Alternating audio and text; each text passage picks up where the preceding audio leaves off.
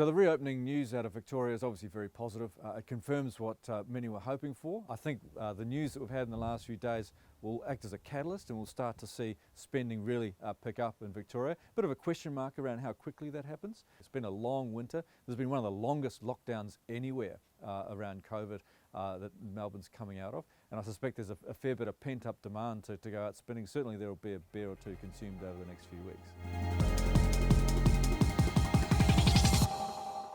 As positive as it is, the news over the last couple of months around sentiment, we need to keep it into perspective. It'll start with a bang, so the catch-up in the second half of this year will be very strong. Remember that consumption collapsed 12% in the June quarter, an unprecedented fall.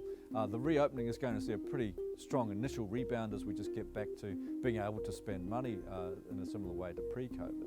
We think consumption will rise by about 9% over the second half of this year, but still be below those pre-COVID levels.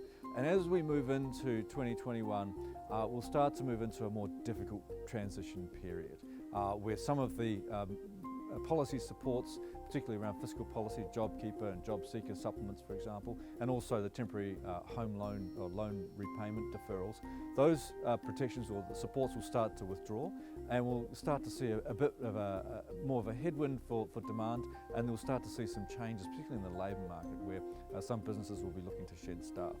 Beyond that though, towards the end of 2021, we expect to see activity re-accelerate as we get clear of those drags and as other supports come into play. So for example, we're likely to see a vaccine rolled out at some stage over the next year, and that should enable population growth to pick up more materially and some travel to restart.